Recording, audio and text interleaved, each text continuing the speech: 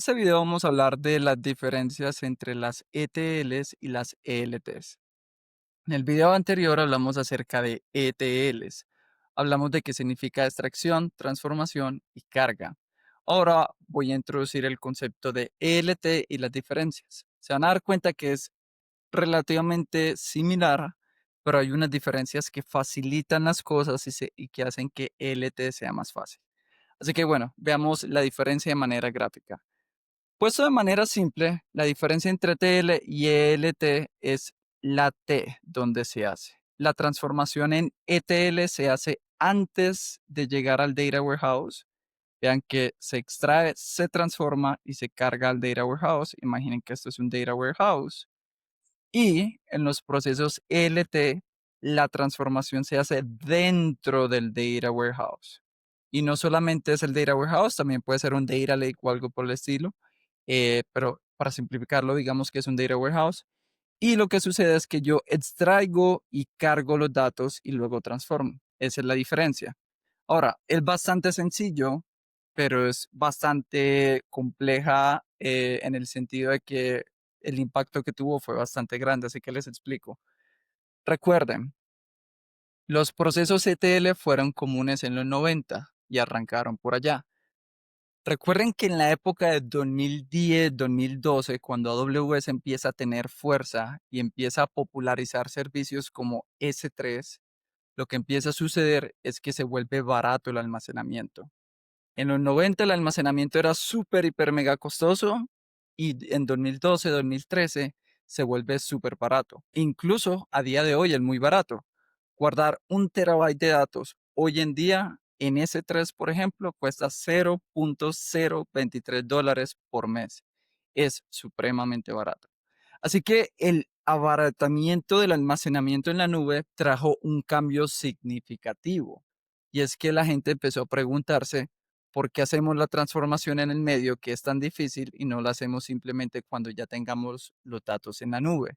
Y resulta ser que sí, cuando los datos están en la nube, puedes utilizar otros servicios de la nube y las cosas se vuelven más fáciles.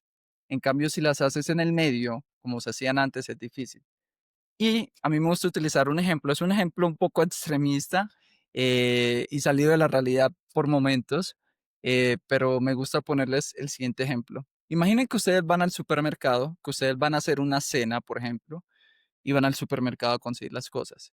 Pero yo les digo, la cena la tienen que hacer entre el supermercado y la casa. Cuando lleguen aquí a la casa, la cena tiene que estar lista, ya la tienen que haber preparada en el camino. ¿Qué piensan ustedes de eso?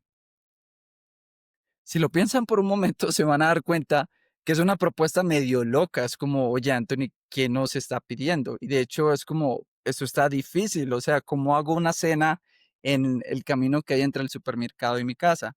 Seguramente les va a tocar improvisar una cocina en el momento y si llueve, por ejemplo, se van a mojar y es difícil. Realmente, por eso digo que es un ejemplo medio salido de la realidad porque hoy en día ni siquiera lo pensaríamos. Es demasiado loco, honestamente. Pero, chicos, eso era lo que se hacía con los procesos ETLs. Lo que yo hacía era que en el medio yo montaba una infraestructura que me permitiera hacer las transformaciones, porque los datos tenían que llegar transformados al Data Warehouse. Literalmente, eso era un proceso ETL. Los procesos ELT dijeron, ¿sabe qué? Nada, sencillo. Traiga, si volvemos al ejemplo del supermercado, era como traiga las cosas y aquí en su casa usted puede preparar la comida. Y eso es exactamente lo mismo lo que sucede con los procesos ELT. Ustedes traen las cosas, y en este caso son los datos, y una vez estén acá en su nube propia, ustedes hacen la transformación. Yo sé que de pronto, viendo en retrospectiva este tema, de pronto no es tan fácil de entender hoy. Incluso ya hay mucha gente que hace los procesos ELT de manera transparente que ni siquiera entienden los procesos ETL.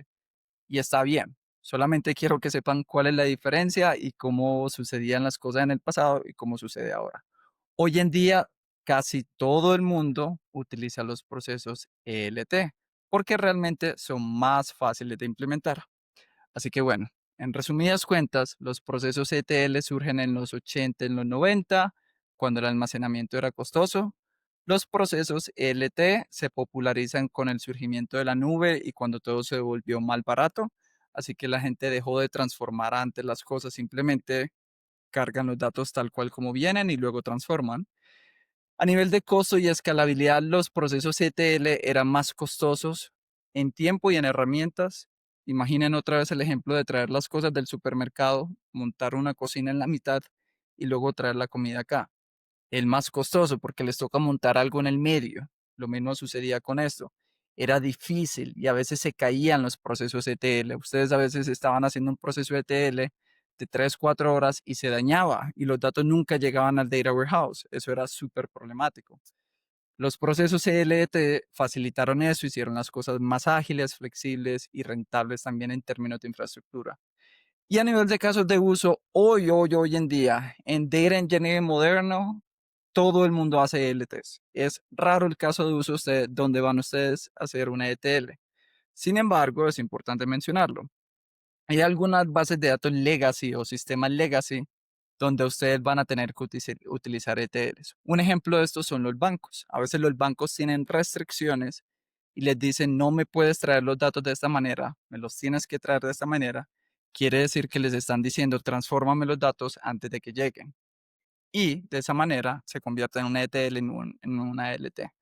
Así que bueno, eh, si se sienten enredados, no se preocupen, esto lo vamos a ir aterrizando un poco más cuando lleguemos al proyecto. Lo único que tienen que saber es que la diferencia entre los procesos ETL y LT es el orden.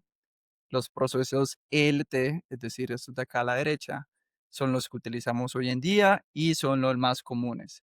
Así que bueno, esas son las diferencias entre ETL y LT. Y en el siguiente video lo que vamos a hablar es un poco acerca de los matices de la ingesta y luego vamos a empezar a aplicar toda esta teoría en el proyecto.